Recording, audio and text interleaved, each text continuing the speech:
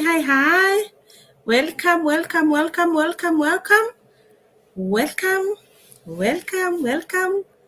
And as you come in, remember to subscribe to our channel so that you'll be getting our videos. Welcome.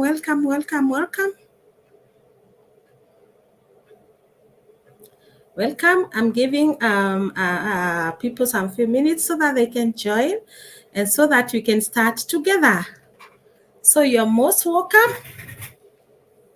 Very much welcome. Welcome. So let's give our friends some few minutes so that they can join. Good. Thank you so much. I can see one eyeball. Welcome. You can tell me where you're joining us from. You're most welcome.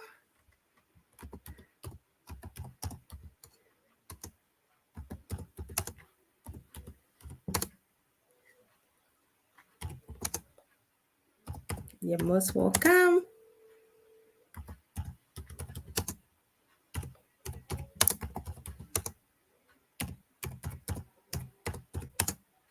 Where you're joining from?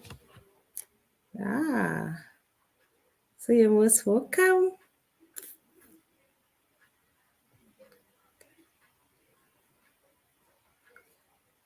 Welcome.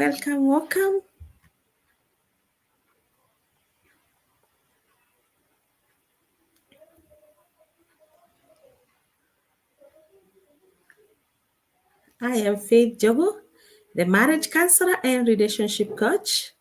And I want to welcome you to today's session where we are going to dive deep into the matters of intimacy and sex. And this is a very serious matter when it comes to relationship and marriage. Okay, so let me give some few minutes so that people can join. We are giving them 1 more minute and then we start. So you're welcome. Let me know where you're joining from. Thank you so much, the daily learners. Nico, Dika, welcome, dear. I'm happy to see you in. Welcome. I can see only one eyeball as per now. So we still have to give some few minutes so that our friends can join. I surely know that on Sundays, people are a bit busy. Welcome. We have 2 eyeballs. Welcome. Let us know where you're joining us from. You are much welcome. Let us know where you're joining us from so that I can recognize you. I'm so happy, Jane Jambi, for joining. I'm very, very happy to see you. I love you, girl. So you're much welcome. Let's see. Giving them only 1 minute now so that we can start.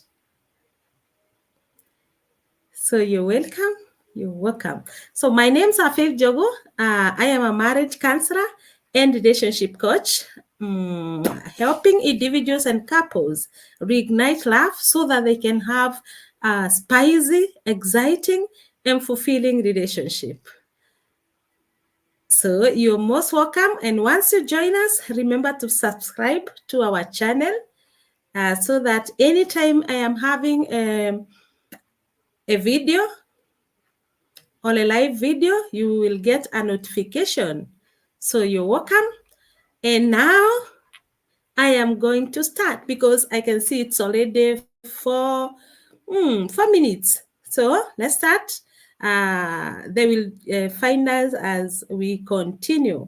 So today we are discussing about intimacy and sex in marriage. And what I would want to tell you is that intimacy and sex are 2 different things.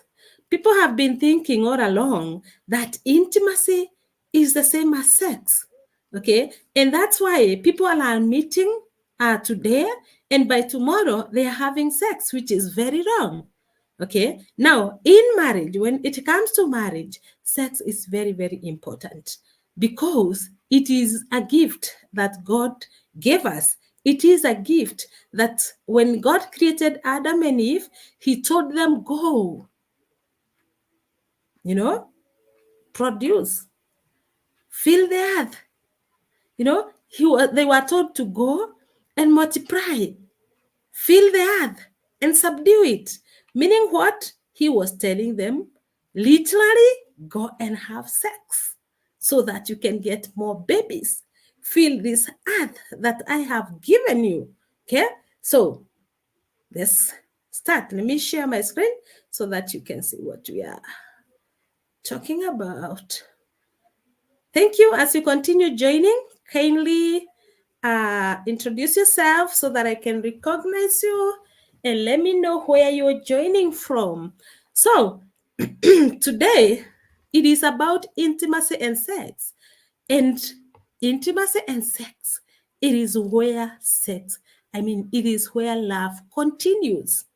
Intimacy and sex is where love continues.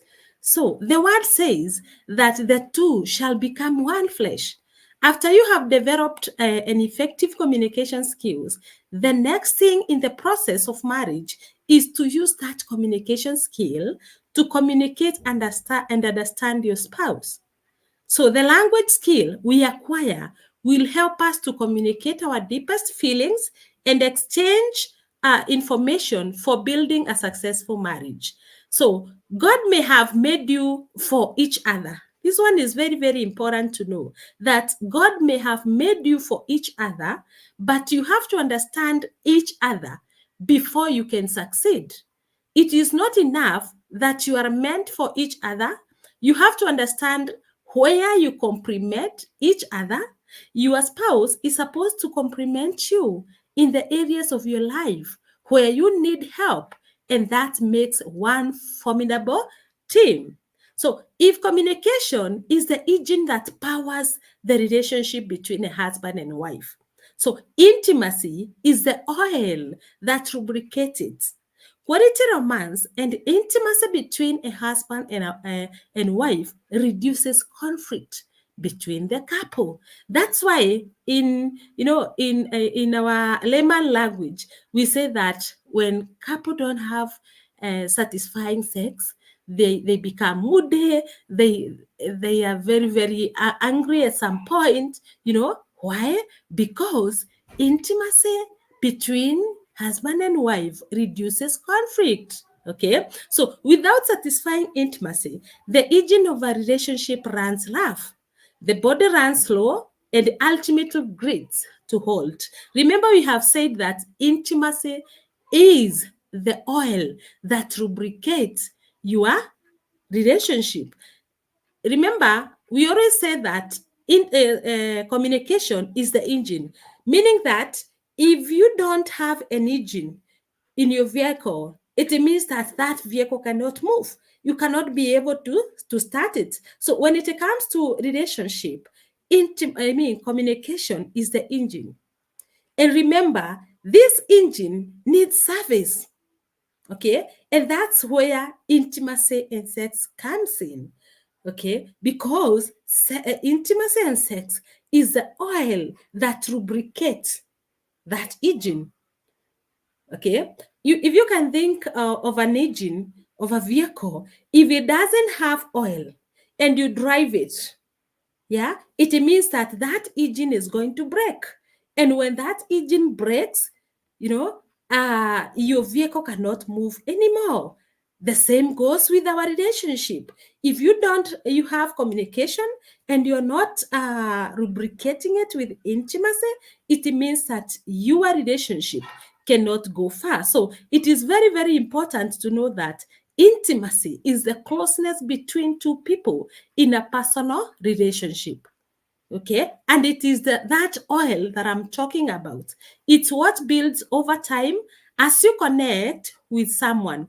You grow to care about each other and feel more and more comfortable during your time together. When you feel comfortable, when you feel that there is something that is going on, in your relationship, it means that there is intimacy. You are intimate to one another.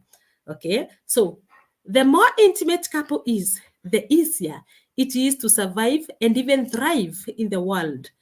Intimacy is a deeper level of communication that is exclusive to the couple. Sometimes we fail to understand what is intimacy, but intimacy is something that is grown over time. It's where you find yourself, you can do things because of your partner. It is that relationship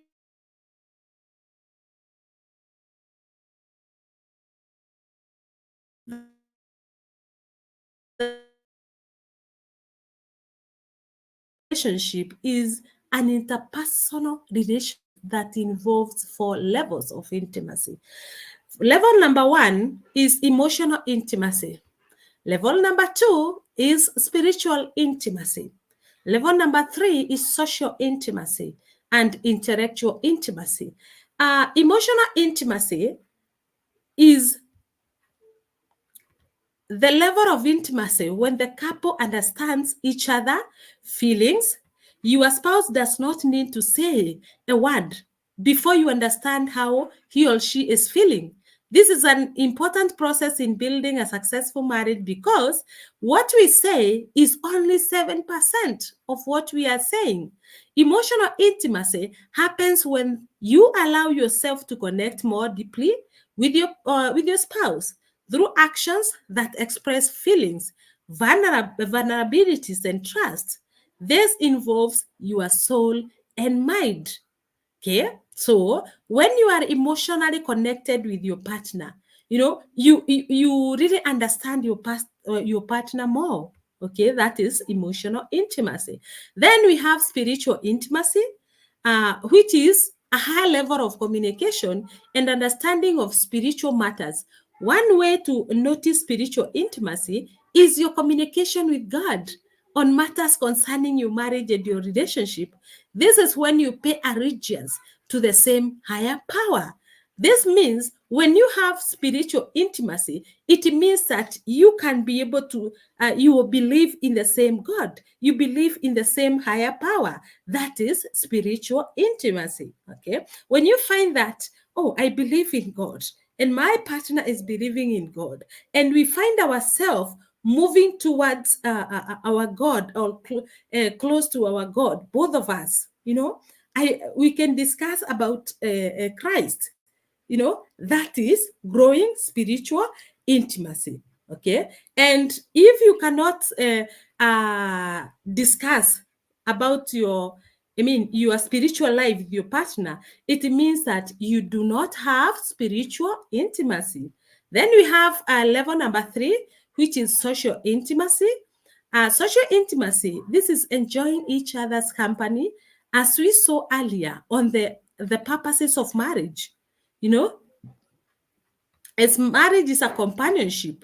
If you hate to be around each other or can't get along, it is a sign that you are not building a successful marriage. Okay, so most successful couples would rather be with each other fighting than have fun with anybody else. So, social intimacy is experiencing life together, where you love doing things together, things like sports, going out together, watching movies together, or even preparing dinner together. Social intimacy is when you can do something just because of your partner. Social intimacy is when you can go to a movie, you can go to a movie just because of your partner. You can go to a golf club just because you want to be with your partner. That is building social intimacy.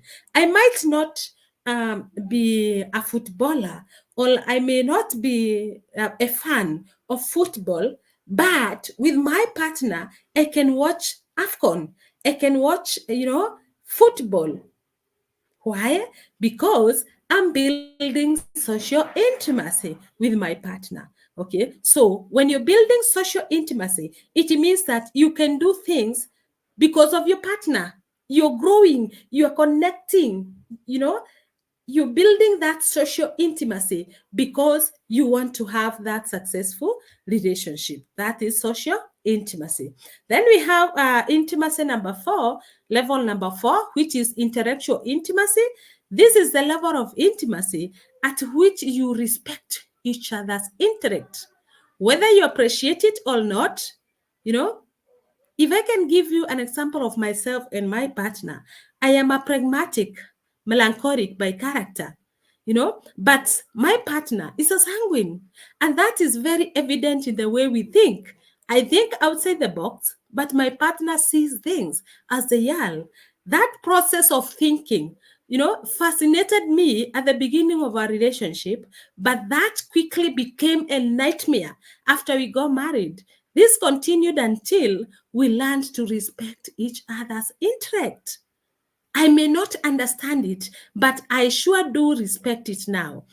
I appreciate my partner for who he is, and he is also able to appreciate me for who I am. So that is intellectual intimacy. Intellectual intimacy is when you know that you have different personalities, because we say in marriage you're supposed to be different. You have different personalities with your partner, but because you're building intellectual intimacy, you can appreciate your partner for who he or she is. I can appreciate my partner even knowing that, oh, the way my partner thinks is different from what I think. So when I find myself being able to accept my partner for who he is, it means that I am building that intellectual intimacy. When I can appreciate my partner for who he is, then I am building intellectual intimacy. Okay. And, when a husband and a wife are intimate in all four areas, the result is magical. That's when you call your spouse on the phone and your spouse just picks up the phone, and he can tell you, you know what? I was just thinking about you.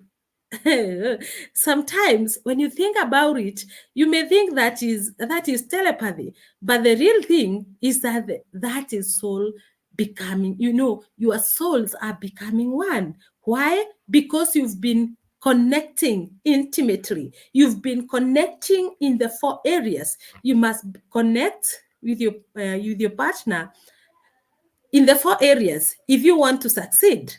You must connect physically and emotionally. You must connect spiritually.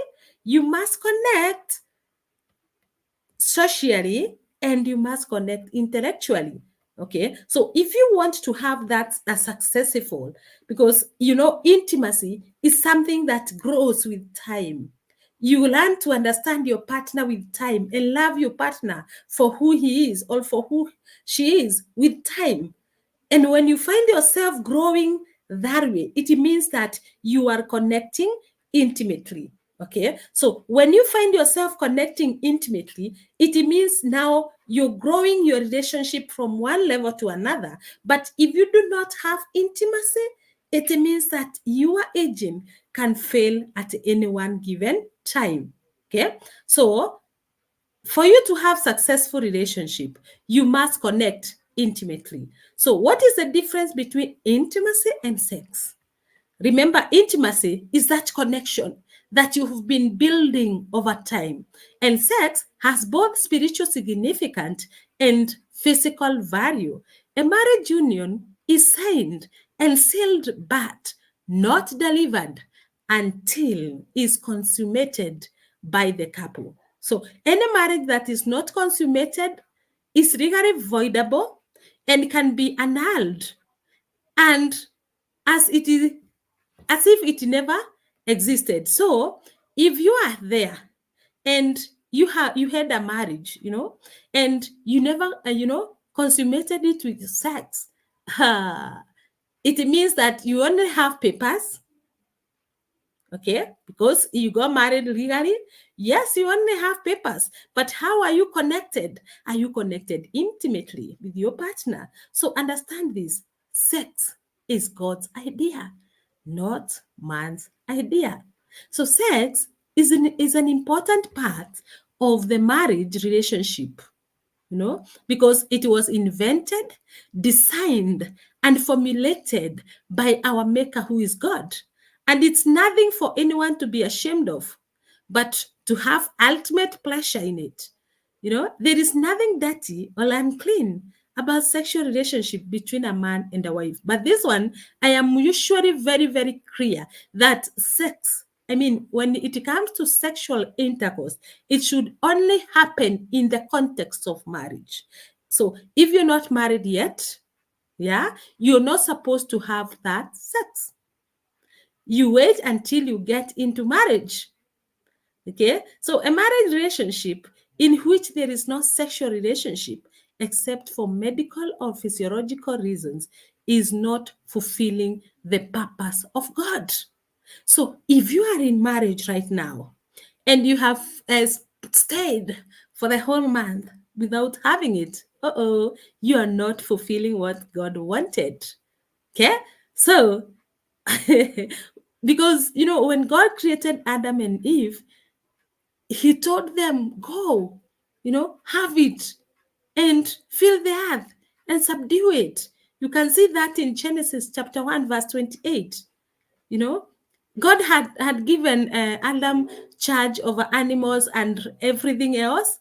Yeah. But when he created Eve for Adam, God gave them permission. So we see God's first instruction to Adam and Eve was to reproduce. Okay, for there to be reproduction, there has to be coupling, that is sex. Okay, so if you want your relationship to grow, if you want your relationship to be having less conflict, you must learn to have it. You must learn to have that sex. Okay, so the marriage bed must remain honorable. Even as we speak about sex, that's why I'm saying sex is supposed to be between a man and a woman who is married, not for everybody who is outside there. Why? Because your marriage bed should remain clean. Your marriage bed should remain clean all the time. Okay, it should be honorable, because when God created, Adam and Eve, he wanted them to have sex, but he did not give Adam permission to just go having it everywhere. That's why it is very, very clear. In Hebrews chapter 13, verse 4, God is against married men or women defiling the marriage bed.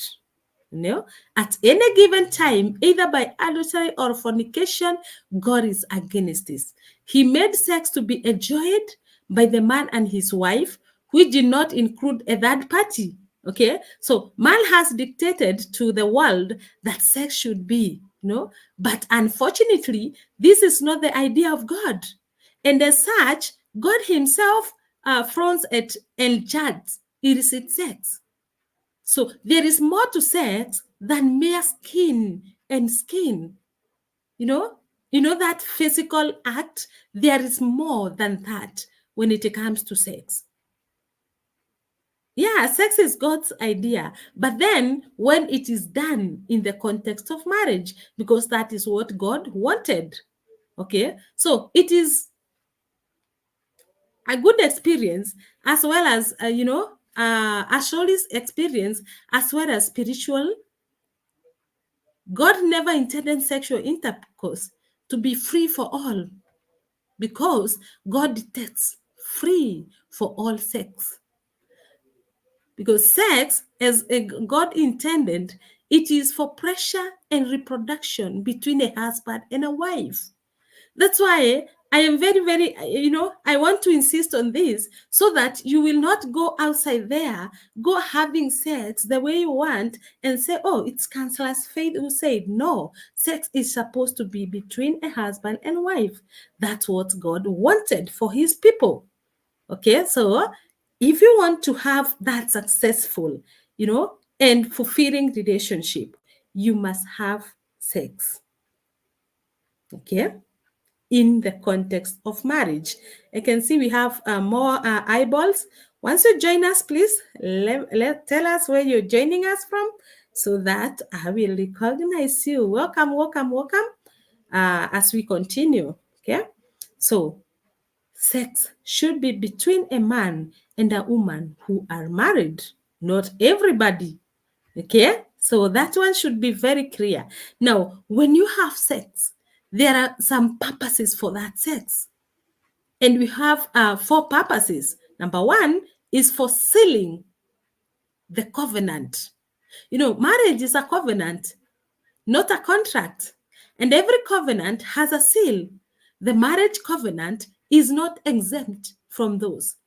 So, the sexual relationship between a man and his wife is the celebration of that seal of the marriage covenant. A covenant is not binding until it is sealed with the blood.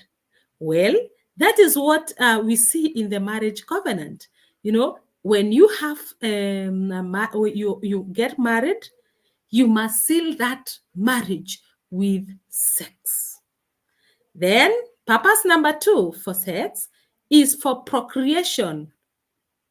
One of the primary purpose of the sexual relationship between a man and his wife is that of procreation. God commanded Adam and Eve to be fruitful and to multiply, to reproduce after, their kind. So we see that sexual union is a channel where multiplication is achieved here on earth. It takes coupling together in a sexual union for children to be, brought forth. That was exactly what Adam and Eve did. If you want to read that, it's in Genesis chapter 4, verse 1. Okay. Then, purpose number three for pressure. Sex is so pressurable. I don't know,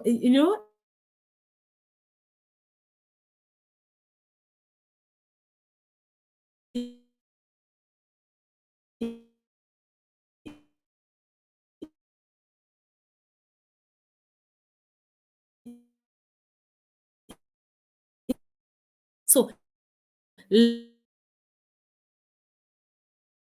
let her breast satisfy you at all times and always be elapted with her love. It to be expression. And okay, the whole of the book of Songs of Solomon is dedicated to celebration of love between a man and a wife. So sex is supposed to be pressurable. And when I say pressurable, I know you understand exactly what I mean. Okay. So tell me now, what are some of the sexual perversions of today, and how does God view them? As I continue recognizing those who are joining, tell me.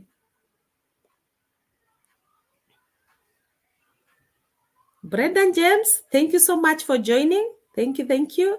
Brenda James from Narok. I was working, so I was a few minutes late, but I'm glad to join. Thank you so much for joining.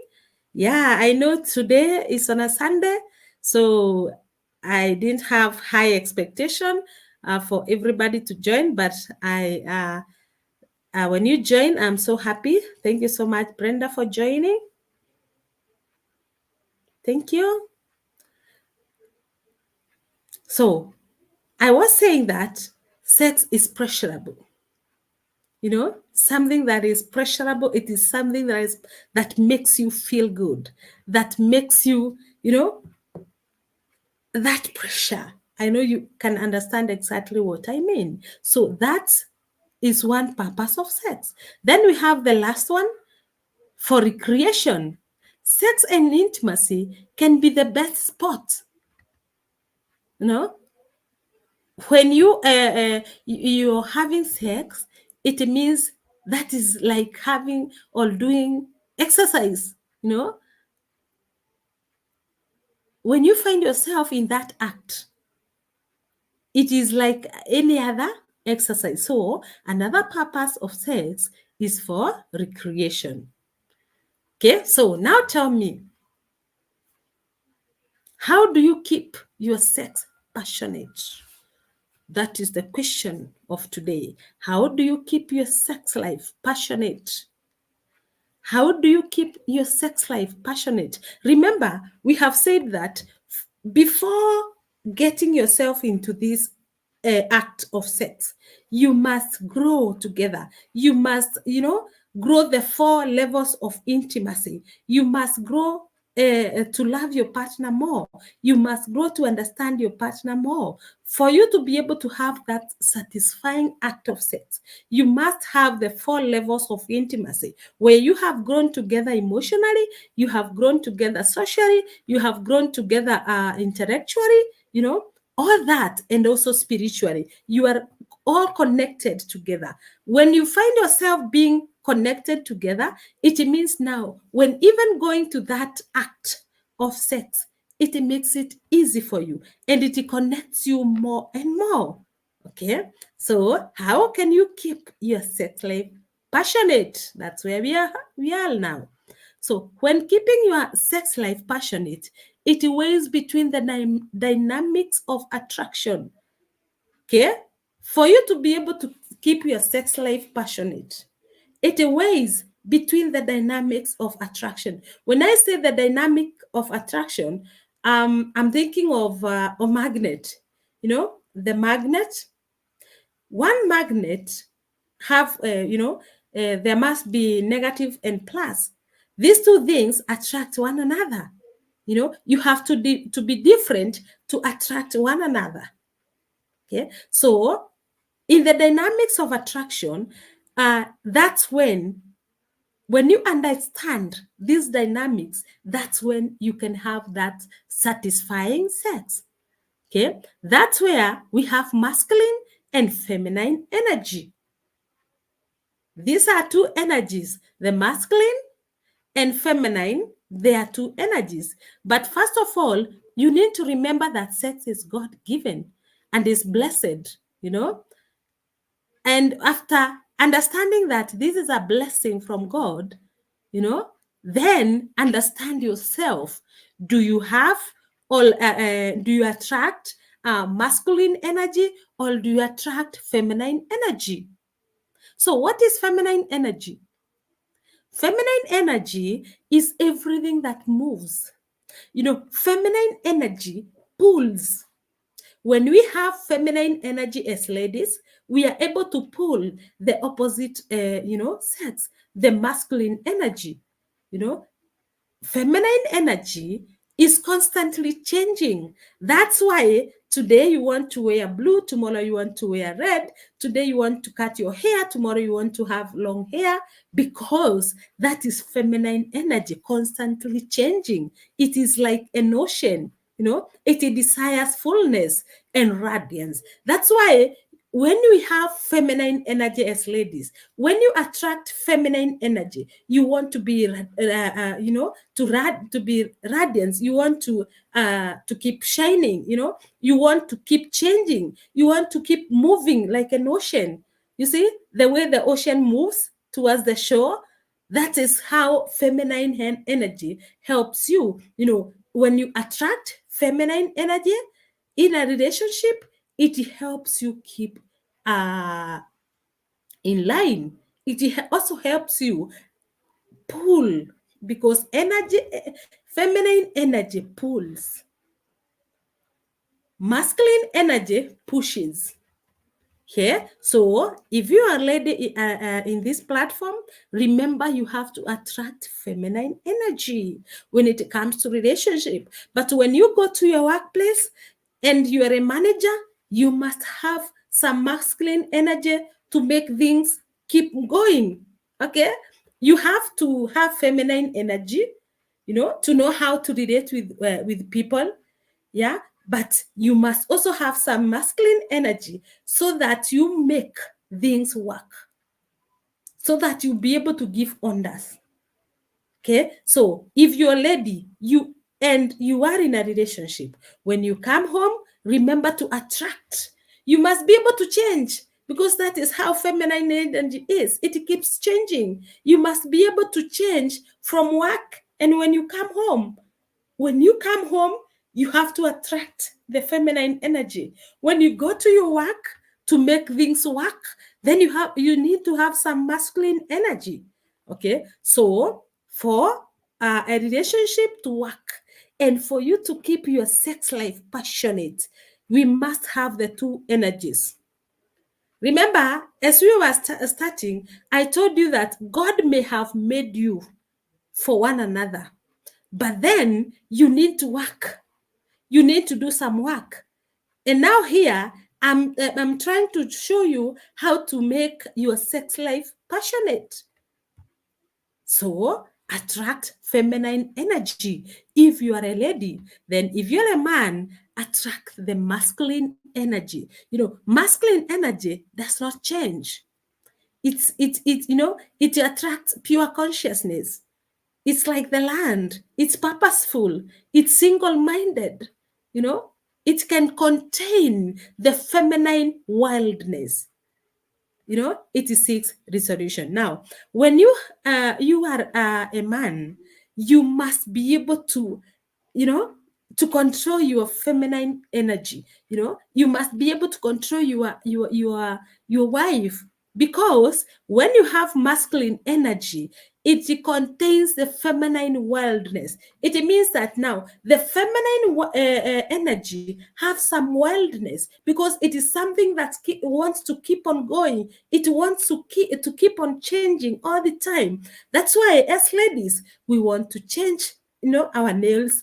We want to change our hairstyles, because we have feminine energy. So when you are in a relationship, your wife should attract feminine energy, and you, as a man, you should attract masculine energy, and your masculine energy must be in a position to contain the wildness of the feminine energy if you want to enjoy good, satisfying sex. Okay, so men's core essence is the masculine energy, while women's core essence is the feminine energy. Then, how does this core essence affect sex attraction? Remember, I have told you that sex happens when the dynamics of attraction happen. So the dynamic of attraction means that sexual attraction is the flow of energy between masculine energy and feminine energy. In intimacy, we crave our reciprocal opposite in our partner. And it's only when you crave what is in your partner, that's when you can enjoy sex to the fullest. If you're not craving what is in your partners, you cannot enjoy sex. You cannot. Therefore, when the two dynamics meet, sexual intercourse takes place, taking us to the next level of the benefits of marriage. Now, when the two energy meets, when the masculine energy and feminine energy meet, that's when you have a satisfying sexual intercourse. And remember, we have said when you have that satisfying sexual intercourse, it has some purposes.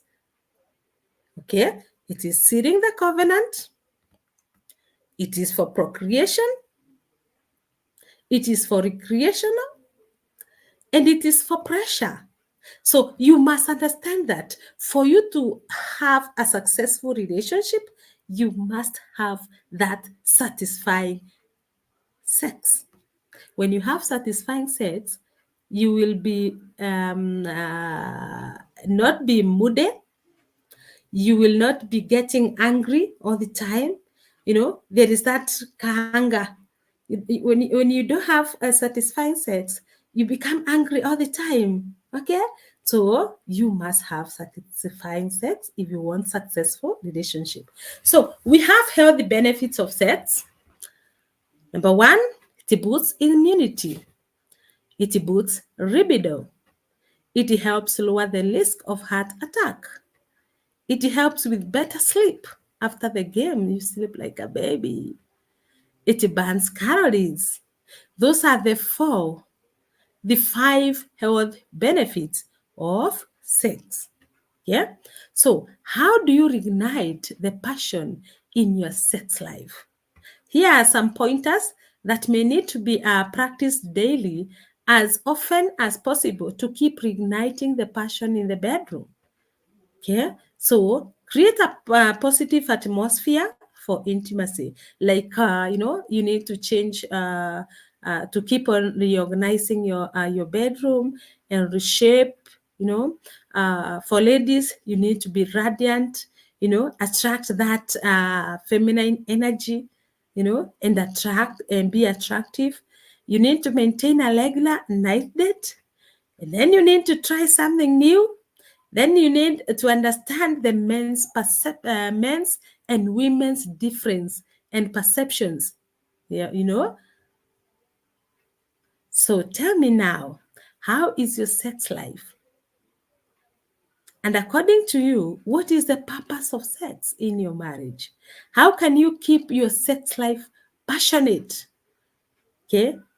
So, as we wind up, I want you to know that you are the one with the dynamics of attraction that makes sex sweet and enjoyable. So, if you are a woman, maintain your feminine energy. And if you are a man, maintain your masculine energy. That's the only way to make your sex life, you know, beautiful. That's the only way to make sure that you are enjoying it to the fullest. But the main thing, before jumping into the sex, you must build intimacy. You must keep understanding your partner. You must build all the four levels of intimacy. And once you're able to do that, then you have that satisfying sex. So, thank you so much for joining. God bless you. Until next time, we end it there today. God bless you. God bless you.